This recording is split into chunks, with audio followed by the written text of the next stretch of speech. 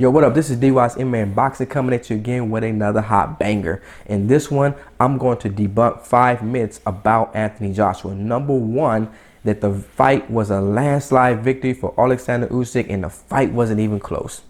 I got people telling me, I didn't even bother to listen. The moment you said the fight was close, I turned it off. That's the problem with society these days.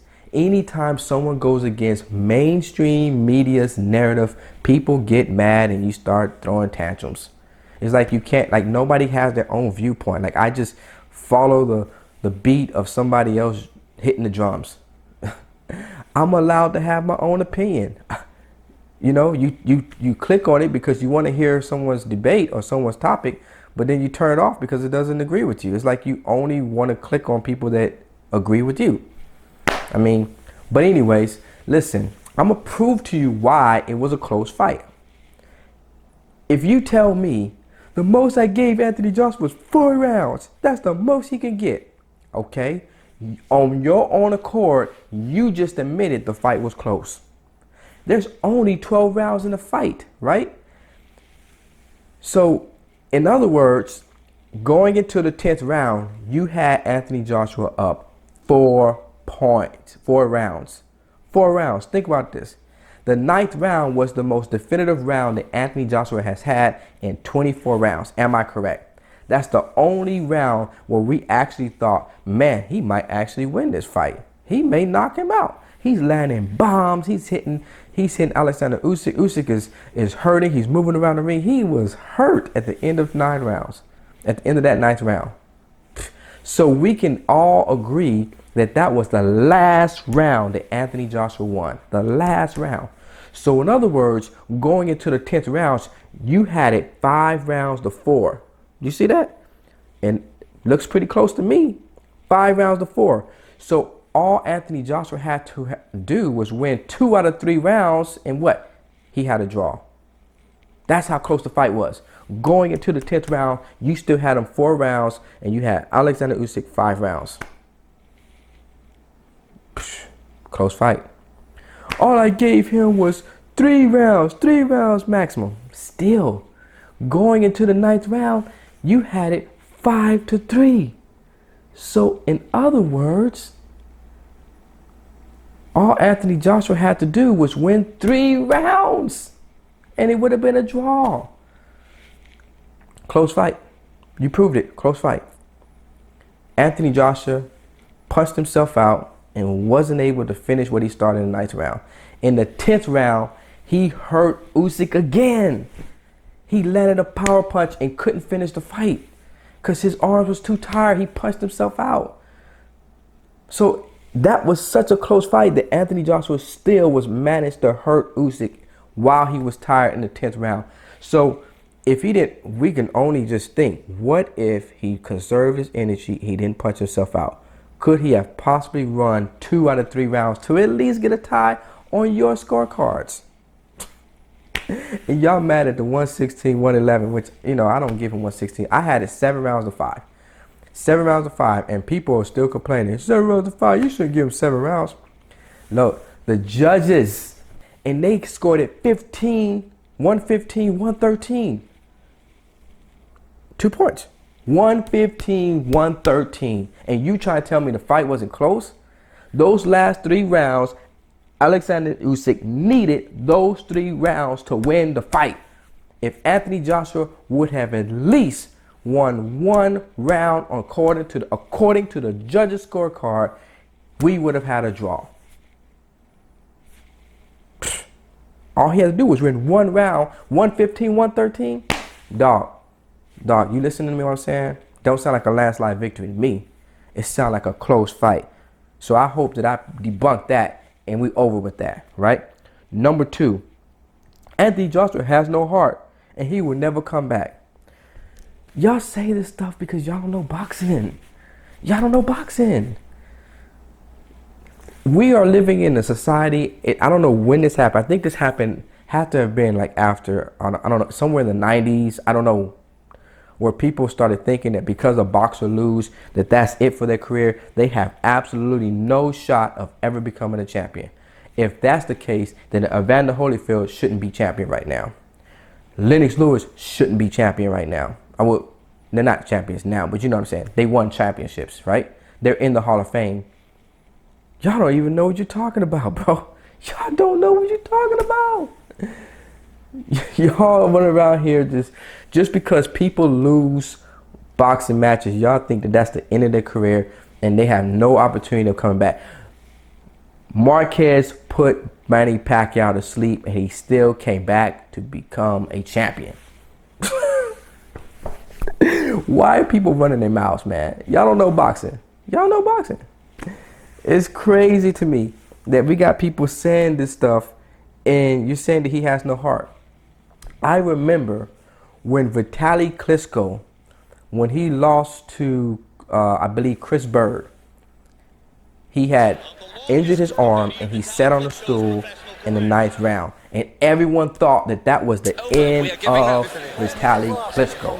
He has no heart, they said. He has no heart. He will never be a champion. And then Vitaly Klitschko ended up coming back, and I think he lost a TKO based on cuts to Lennox Lewis, and then becoming a world champion and retired as a champion. Vitaly Klitschko. They say he had no heart. He doesn't have the mentality of a champion. He retired as a champion. Like that, Jim.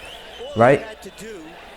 According to mainstream media, according to commentators and what commentators say, he should not be champion right now. I mean, he's not champion now, but he should have never became champion. Same thing with Anthony Joshua. Y'all listen to the wrong people talk. Y'all don't know boxing. What did he say? What did Mayweather say? He was like, most people don't know ish about boxing. I'm about to prove it to y'all. Today, I'm about to end a lot of people's careers off of this one video right now. Y'all can go ahead, hit the like button, share it around to anybody who think they know more about boxing. Share the video because I'm about to end their careers at this very moment. Wladimir Klitschko, he lost. They said this is the end of the Wladimir Klitschko era. This is the end of the Klitschko era. He has no chin in heavyweight. The man ended up becoming the champion again and having one of the longest reigns that we've seen. Man, I don't know. Now, myth number 3. I got 5, right? Myth number 3, Anthony Joshua is untrainable. If Anthony Joshua is untrainable, then he shouldn't be a champion. This man, it's not like this man was most of these guys, Oleksandr Usyk, have been fighting their entire life since they were children. It's very unheard of for a guy to pick up boxing at 18, 19 years old, even 17, and become this good of a boxer. He went 24 rounds with Oleksandr Usyk, almost stopped him in round 9. He was landing punches. He almost won the fight. 115, 113. I mean, he almost won the fight. Close enough to get a draw. Dog, what are you talking about? So, as far as him, if he was untrainable, he definitely wouldn't be a boxer, a professional boxer. He made a significant change in, if y'all go back and you watch my other video, I don't know, it's one of the videos. If you go back and watch the other video, you'll see that Anthony Joshua made adjustments. If he was an untrainable fighter in the first fight, there's absolutely no way at all he would have been able to make those adjustments. The fact that he was able to change his strategy and put the pressure on Oleksandr Usyk and fight better in the second fight proves that he is a trainable fighter. The fact that he was able to change his style and be more of a boxer instead of a slugger and be disciplined and do it for 12 rounds against Andy Ruiz proves that he is a trainable fighter. Do you know how difficult it is to be learning boxing? When you are learning at a fast pace, you typically learn one style of fighting, one way of fighting. That's typical, right? For someone to come and say, okay, we got to switch gears. We need you to stop trying to brawl, and we need you to just jab and move around the ring and be skilled. You know that's not easy against Andy Ruiz, who is actually an Olympic boxer that actually trained since he was a child. Do you know how difficult it is for somebody to become an Olympic gold medalist and never have trained boxing and win it against people who actually were trained to be Olympic boxers? Dog, you're talking about Cubans and Russians and all these top dogs. I'm done. I'm done. So if he's untrainable fighter, I don't know. Untrainable, but he still won gold medal and became a heavyweight champion of the world. He lost the fight. He should retire. He's never going to be able to win again. That's myth number 4. For you guys who don't know boxing, I just showed you that with Vladimir Klitschko, they said it would be over and he had no chance of winning again. And yet he came back and he won. So why would you retire if he didn't get knocked out?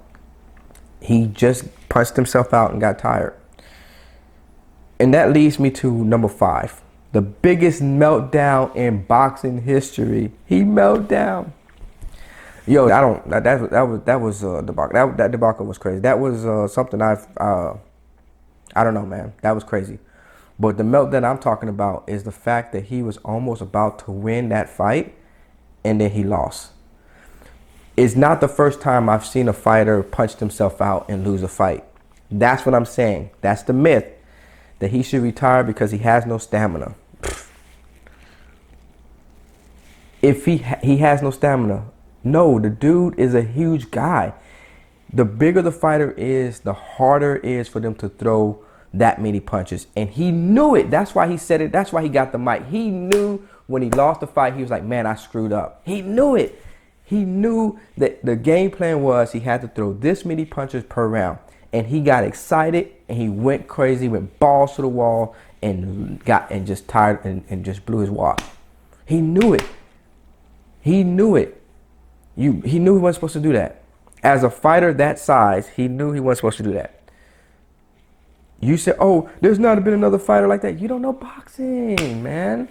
Listen, the biggest meltdown I've seen was when Vladimir Klitschko lost to Lamont Brewster. Actually, it wasn't the biggest I've seen, but he lost to Lamont Brewster. Vladimir Klitschko was supposed to win the fight. It was a short, I think it was like a 2-day notice for Lamont Brewster, and he was supposed to go in and dust him off. He went in there punching, slugging, hitting him with everything he had. And then I think the 4th round, Brewster was almost out. He was falling all over the place. He could barely get into his corner. The dude was hurt. He was hurt.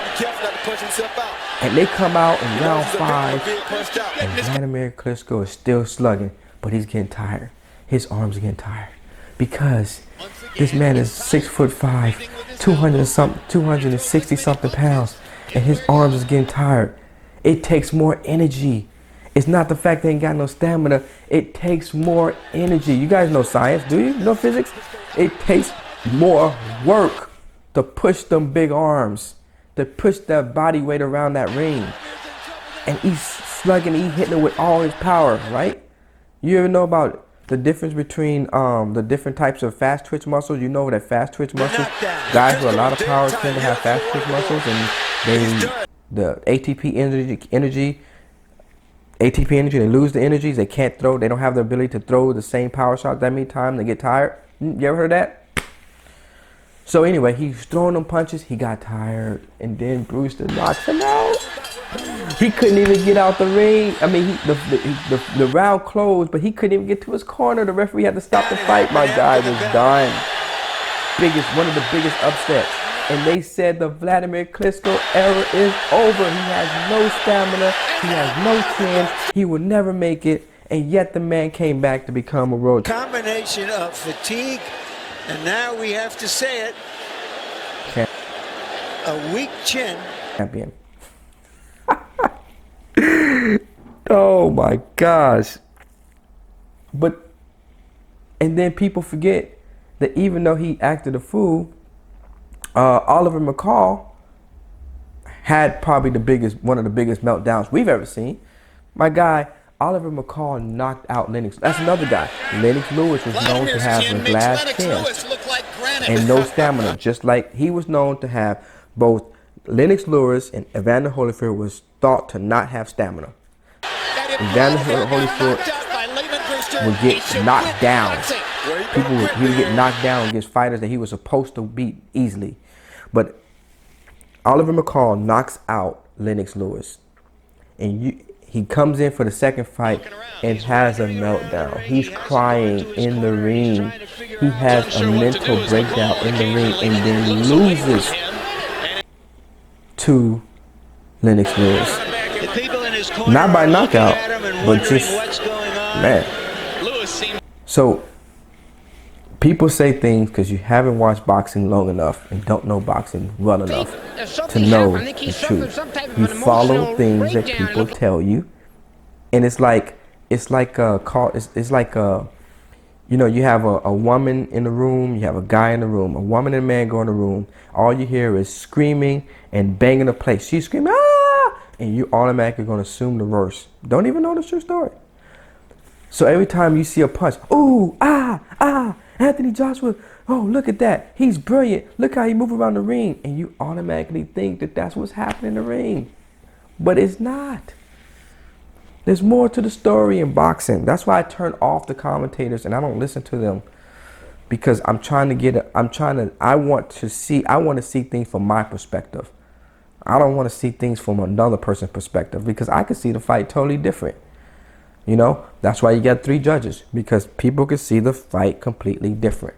But if you're listening to someone telling you what to think, man.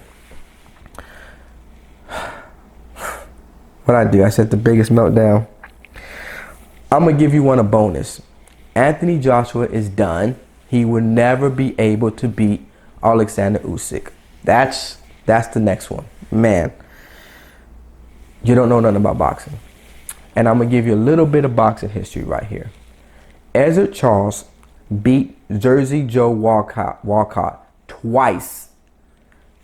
Twice, my guy. He beat him twice. Jersey Joe Walcott comes back in the 3rd fight and knocks Ezra Charles out in the 7th round. Then they have a 4th fight. And for those who thought the fight was a fluke, because you understand, Ezra Charles beat him in 30 rounds, unanimous decision. Y'all think that Anthony Joshua losing 2 close fights is the end of the world? Try getting beat for 30 rounds. 30 rounds, 15 minutes. You're getting beat, proving that you're not the best in the world, right?